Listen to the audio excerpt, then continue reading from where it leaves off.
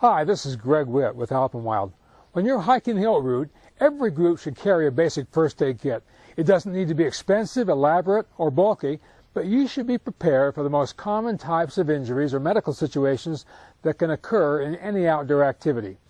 We've never had a serious injury while hiking in the Alps, but we're always well prepared for medical emergencies. Our guides are wilderness first responders, and they have specialized medical training and first aid and emergency medical training.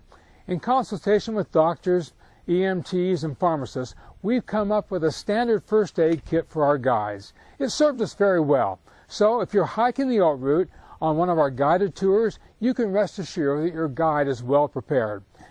If you're hiking the Alps on a self-guided basis, you probably won't be carrying everything our guides carry, but you still need to carry a basic first aid kit.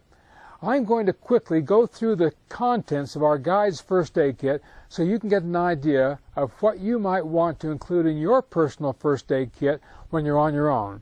There are three basic categories: wound management, medications, and other supplies. First of all, wound management.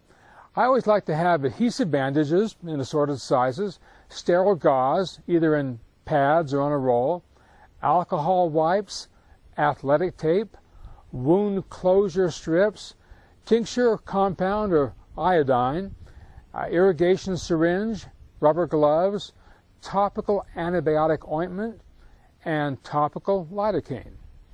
For medications, let's talk about the 8 A's. And these include both over-the-counter and prescription medications.